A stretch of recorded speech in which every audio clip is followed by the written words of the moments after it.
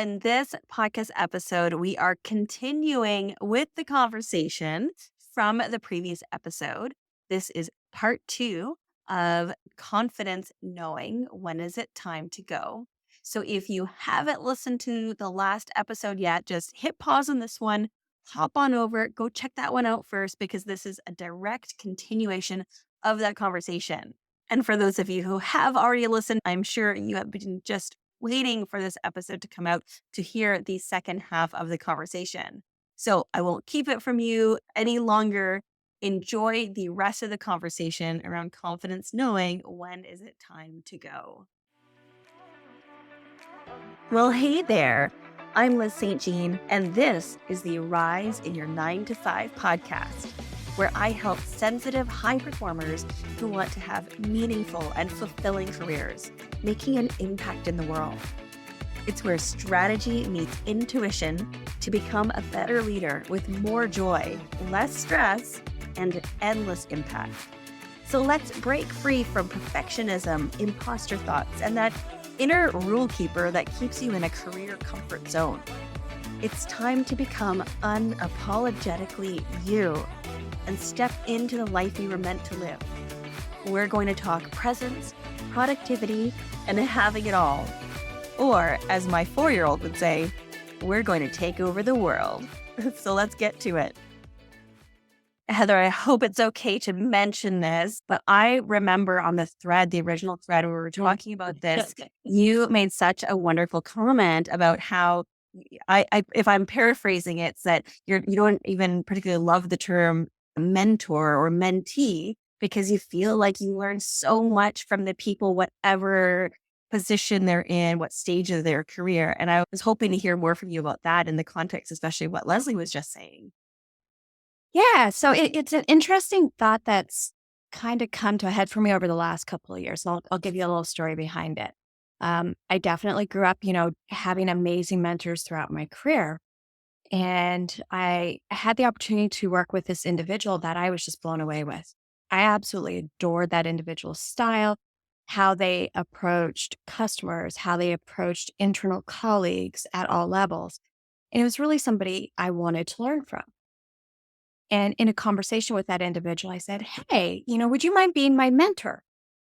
And almost instantaneously, the tone of the conversation changed to a formal conversation because the individual flipped to thinking about, okay, so I'm a mentor now. I need to, here's the things I need to go through.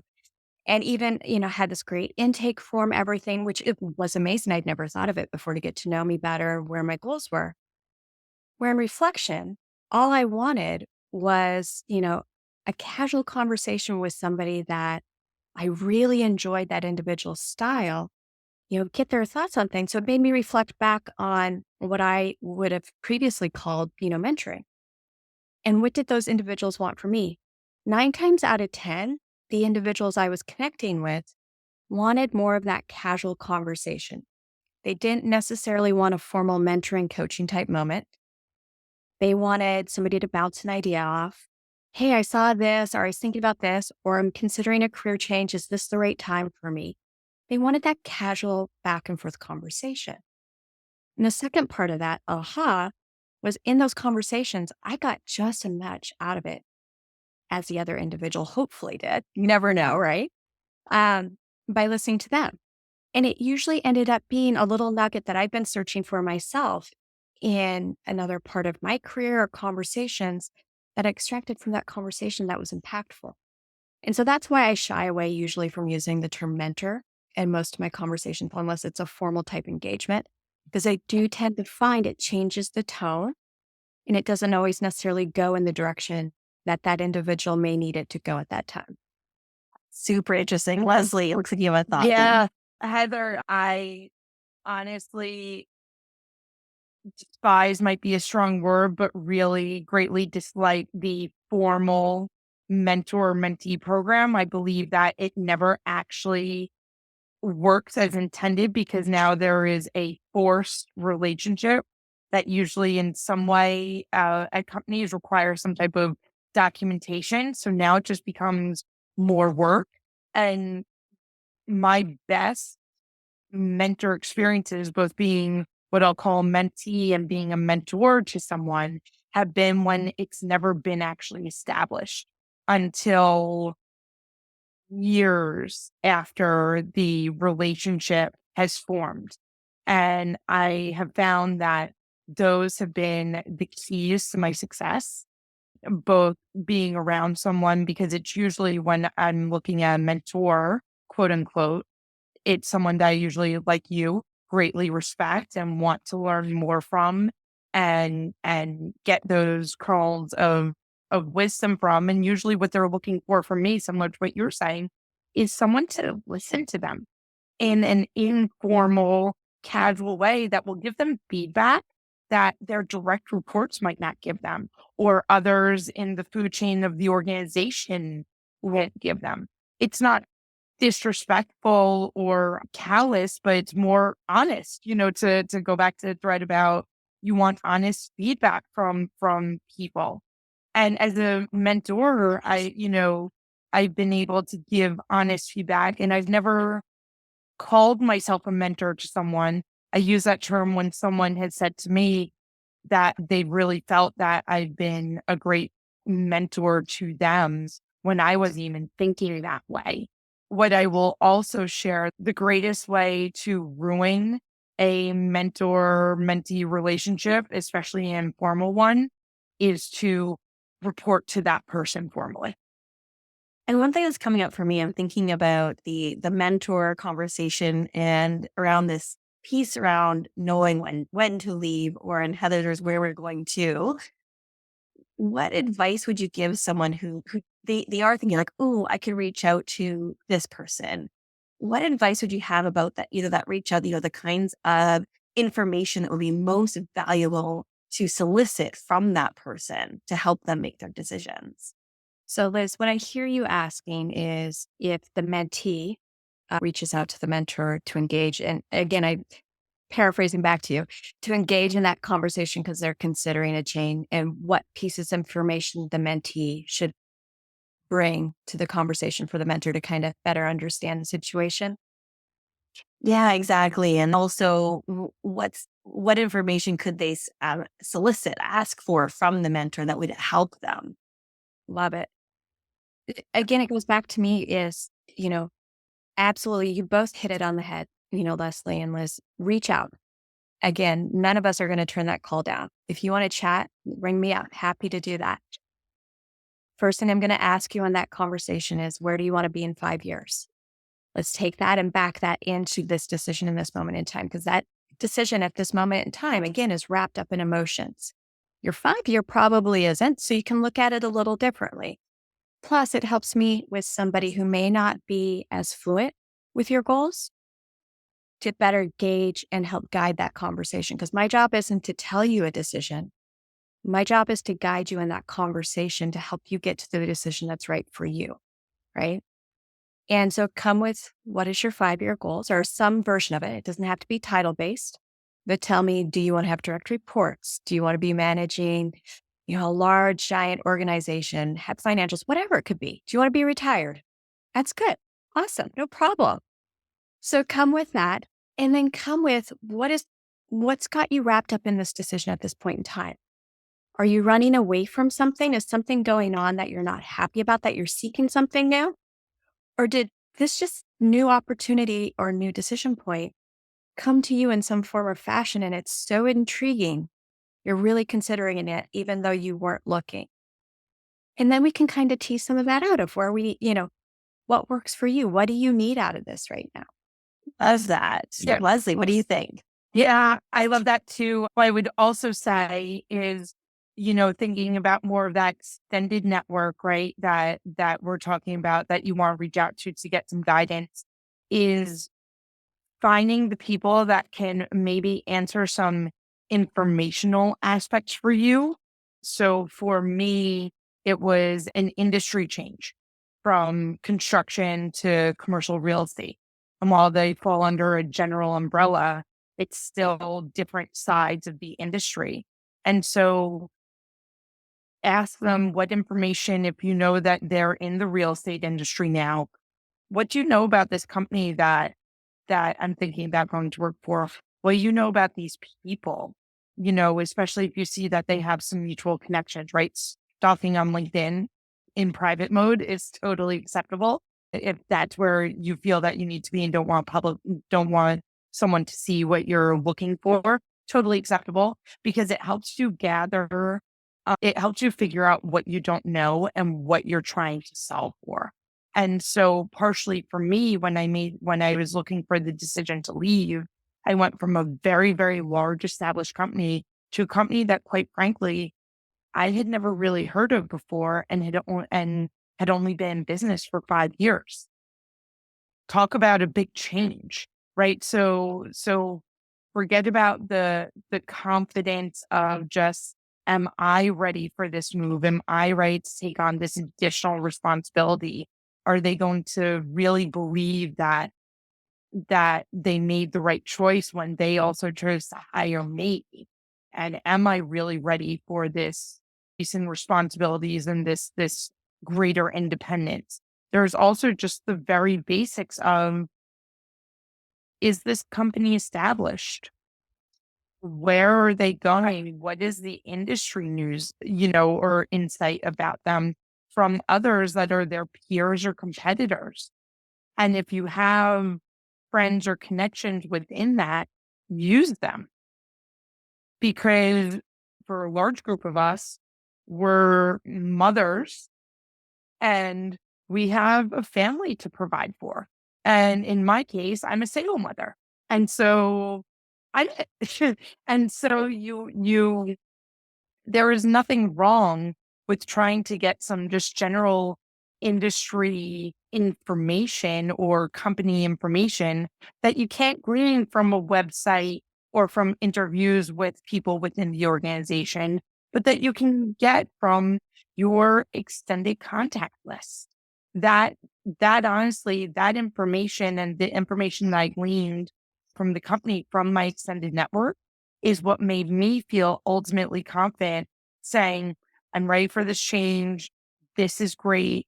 I should do this. It's time to go. But I felt confident that I was stepping onto something also firm, which makes it a lot easier to make that jump, especially if you're going from something very large, very established, to something that, with your knowledge base, doesn't feel that same way. I think there's value in that as well, and just gaining information and perspectives.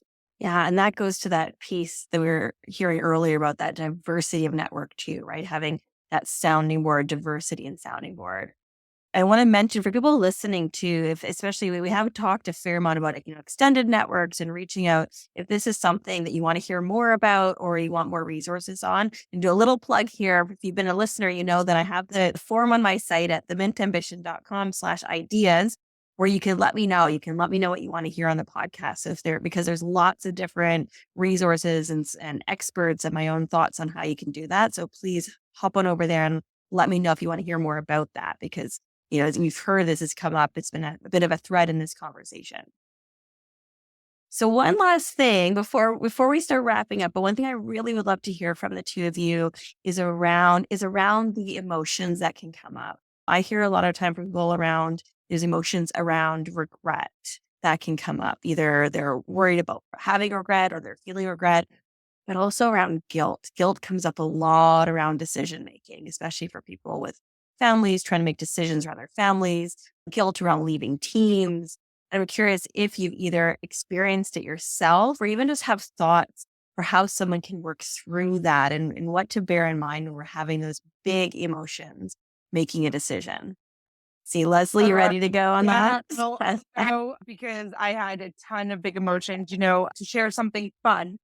When I left my first job, which was as an auto no fault claims adjuster in Brooklyn, New York, it was so easy for me to leave because I was so miserable and knew that I was jumping to something better. To talk about those big emotions I mentioned earlier, I cried over the decision. I cried telling my manager. I cried writing the email that I sent to over 1,000 colleagues that I was leaving. I cried over the responses I received from those people saying, I can't believe you're leaving or good luck. So there was a lot of emotion. And I learned in my life that I would always rather regret something I did than something I did not do. As long as I felt that the decision I was making was the best one for me with the information I had at the time that I needed to make the decision. Right. And I felt like this move was a well researched, well thought out move. There was also a lot of guilt still of the teams I was leaving behind and the people I was leaving behind that I had worked with and trained and helped develop. There are tears on their side as well, which definitely adds to the guilt. Think what you need to remember is that while we're wrapped up and talking about all these big emotions and we get wrapped up in our jobs, in our careers, it is just one piece of who we are. And that your work will continue to go on. It will get taken over by someone else. It'll get absorbed by a group. Or in the most extreme case, it'll be recognized that we didn't need to be done anymore and it'll get dropped. Not the case in my situation. However, you have to really acknowledge that you're going to feel those things and that they're okay and they're natural and they're a part of the process. Because what that says about you is that you care, you're committed, and you have a mutual respect for the people that you work with and spend so much of your time with, that you want to do it and move on in the right way. Because, you never know, talking about the 5-year plan, you never know who you could be working with 5 years from now, that you want to depart in a way that should you end up bumping into them again, it's an amicable reconnection, or even, a work related reconnection, and both parties are glad for it. I've been fortunate that I've been able to maintain the relationships with my team, with teams that I've had breakfast with some people, I've had lunch with some people, and we still connect from time to time just to catch up with each other, not just so much on the work, but on life as well, because we cared. And so you you want to acknowledge that all of those feelings are normal and rational and important and good to have and okay to have. And so own your own feelings and get rid of the rest is how I would believe it, and acknowledge that there is nothing wrong with whatever you feel, and you could feel nothing. And that's okay too. Heather, what are your thoughts? Well, first, I want to add a third big emotion in there because I feel like it's another one that always hits hard on this is it's the fear. You have regret, guilt, and fear, and it's that three-legged stool that is just so strong, right? In these big decisions you make in life. It's not just your career that those three weigh heavily on. You'll probably find them creep up in other parts. I think a really impactful thing to do is sit with those feelings, understand the why behind them. Once you understand the why behind them, then you can figure out ways that make yourself comfortable with the change. Don't use them as, blockades to what you want to do next. Just view them as something that, okay, I understand the why now. Maybe it's because, I feel guilty over leaving my colleagues behind, like you mentioned. Okay, well, set up coffees and lunches with them. Stay in touch. This may even help grow their careers with, expanding the network into other companies. Keep those relationships alive. If it's about loyalty and regret about leaving the company that you've been with for a long period of time, then help set your successor up.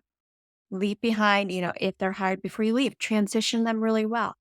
Make sure things run smoothly, both for the individual, the company, and the team that they may be leading, and then leave it.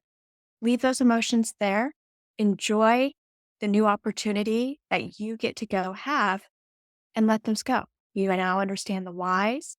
They weren't necessarily showstoppers for you, and you can move forward into where you need to be in your career. Love that. Like, what are those emotions telling you? What can we learn from them, right?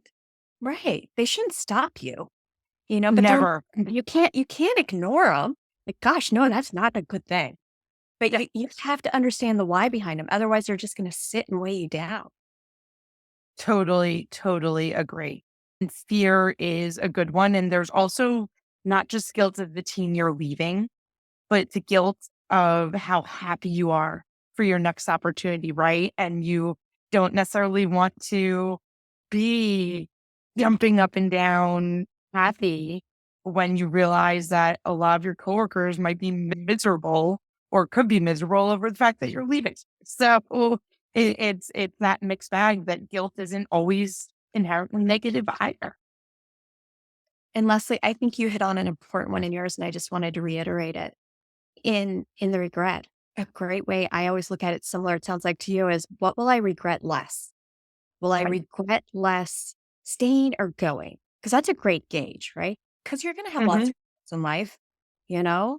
Looking back on it, what am I going to say? Yeah, you know what? I did pretty good with that decision. It was the best choice I could have made at that point in time. I'm glad I did that. Hmm. You don't know everything. We don't have a magic 8 ball. So what will you regret less? Yeah, exactly. Exactly. Yeah, and the other phrasing I've used is you get to choose your regret because we can't do everything. So which regret do you want to choose? And make it a conscious choice. I like that. I'm going to have to keep that one. I'm going to write that down. Yeah, Liz, I like that one too. That is a great way to frame it.